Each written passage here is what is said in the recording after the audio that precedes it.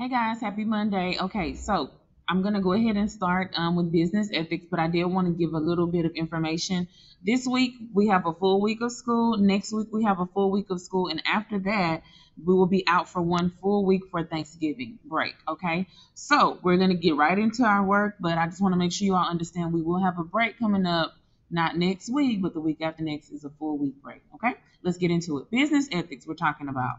The objectives, we're going to look at what's ethical and unethical, what's legal and illegal in business, and we're going to talk about how those relate to the way businesses make decisions. We're going to also talk about historical impacts of ethical and unethical practices as well as government regulations. Okay, so what is good and what is not good that needs to be done in business? Okay, so business ethics are about professional standards of conduct. Okay, what is morally good, what is morally wrong, what is good and what is wrong, what's right and what's wrong, what's good and what's bad. Okay, there is an employer code of ethics, or there should be in an employer manual, which should tell you what you should do. Ethics versus legalities. Okay, what is ethical versus what is legal? For example, is telling a lie illegal? No, but it is unethical. Okay, is using your company email for personal use illegal?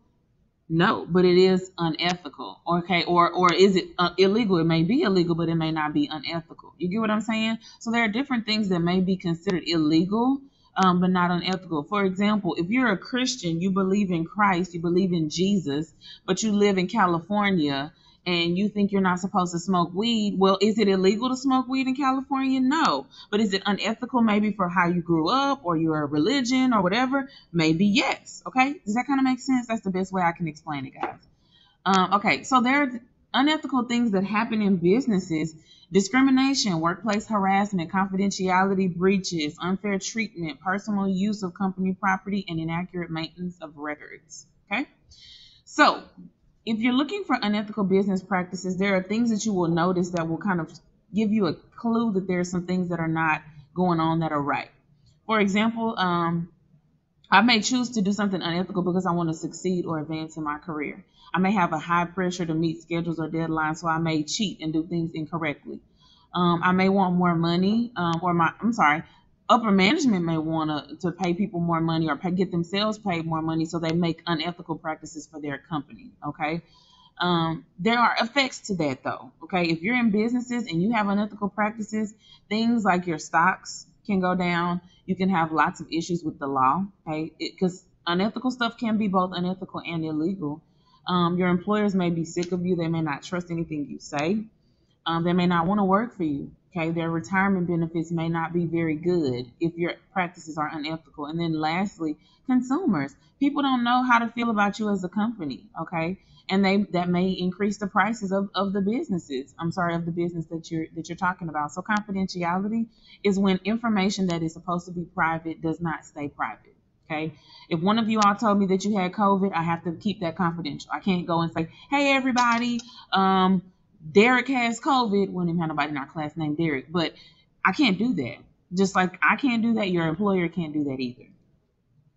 There are things called workplace politics. Okay, it happens at a lot of jobs. It's just one of those things.